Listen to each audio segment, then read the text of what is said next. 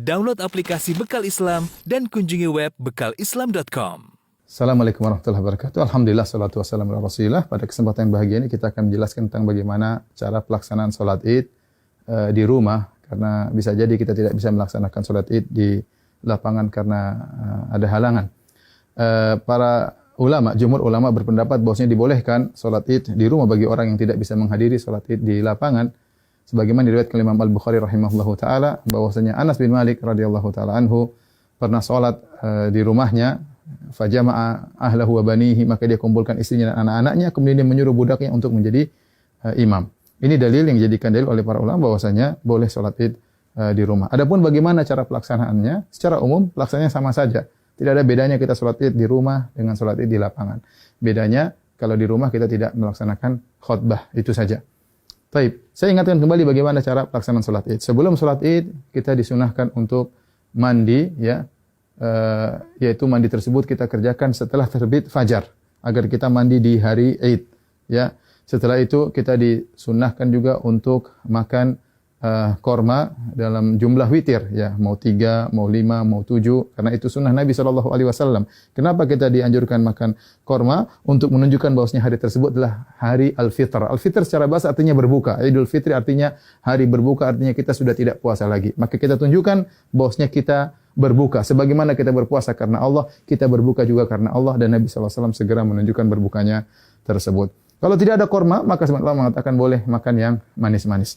Kemudian setelah itu kita sholat Id. Adapun sholat Id, maka waktunya dimulai dari waktu syuruk, yaitu sekitar 15 menit setelah sunrise, setelah terbit matahari. Dan berakhir kata para ulama sebelum waktu zawal, yaitu sekitar 15 menit atau 10 menit sebelum azan zuhur. Di antara itu kita boleh melaksanakan sholat Id. Tapi yang terbaik kita sholat Id di awal waktu, di pagi hari.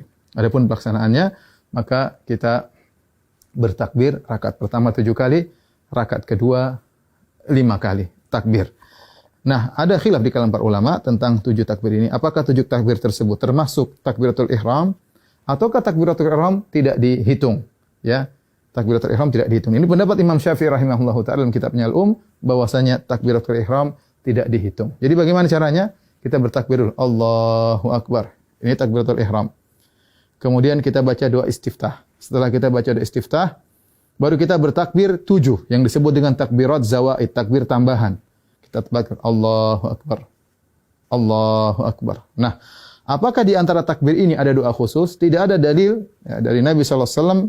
Nabi pernah disebutkan membaca sesuatu di antara takbir-takbir tersebut. Oleh karenanya, pendapat mazhab Maliki tidak ada bacaan. Namun sebagian ulama berpendapat boleh membaca sesuatu seperti mazhab Syafi'i. Kita boleh bertakbir, boleh bertahmid, boleh bertahlil di antara takbir-takbir tersebut.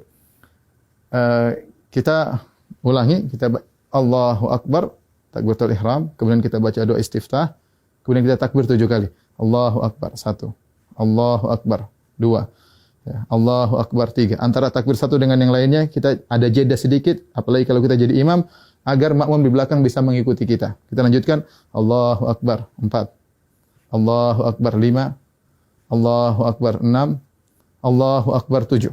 Setelah itu kita ta'awudz, kemudian kita baca Al-Fatihah. Setelah baca Al-Fatihah, kemudian kita baca surat. Nah, surat ini kita bisa baca, disunahkan baca surat Sabbihisma Rabbikal A'la, atau kita baca surat Qaf, ya. Salah satunya sunnah, seandainya seorang baca surat yang lain juga tidak jadi masalah. Setelah kita selesai baca surat, maka kita ruku, Allahu Akbar, ya, seperti biasa. Kemudian kita sholat, sampai kemudian kita pada rakaat, mau naik ke rakaat kedua, tatkala kita sujud, ya, kita sujud, kemudian kita mau bangkit ke rakaat kedua, maka kita bertakbir.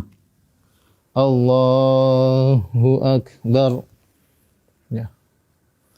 Nah, takbir dari sujud menuju ke rakaat kedua namanya takbir al-intiqal. Yaitu takbir perpindahan dari satu rukun ke rukun berikutnya, dan itu tidak dihitung, tidak dihitung. Nah, rakaat kedua kita bertakbir 5 kali. Takbir tadi enggak dihitung, kemudian kita takbir lagi. Allahu Akbar 1, Allahu Akbar 2, Allahu Akbar 3, Allahu Akbar 4, Allahu Akbar 5. Kemudian kita baca Al-Fatihah dengan jahar. Kemudian setelah itu kita baca surat, disunahkan kita baca surat Al-Ghasyiyah atau kita baca surat Qaf, surat Al-Qamar, kita baca surat Al-Ghasyiyah atau kita baca surat Al-Qamar. Kalau tidak kita baca surat yang lain tidak jadi masalah. Kemudian kita selesaikan salat kita. Nah, setelah salat apakah ada khutbah? Jawabannya Anas bin Malik ketika mengumpulkan anak dan istrinya beliau tidak berkhutbah. Oleh karenanya asalnya kita tidak berkhutbah. Namun sebagian ulama seperti Ibn Qasim dari mazhab Maliki mengatakan jika berkumpul banyak orang maka ada yang berkhutbah maka itu baik, tidak mengapa, tidak terlarang ya. Demikian tata cara singkat ini, semoga bermanfaat bagi kaum muslimin. Semoga Allah menerima ibadah kita. Wabillahi taufik. Assalamualaikum warahmatullahi wabarakatuh.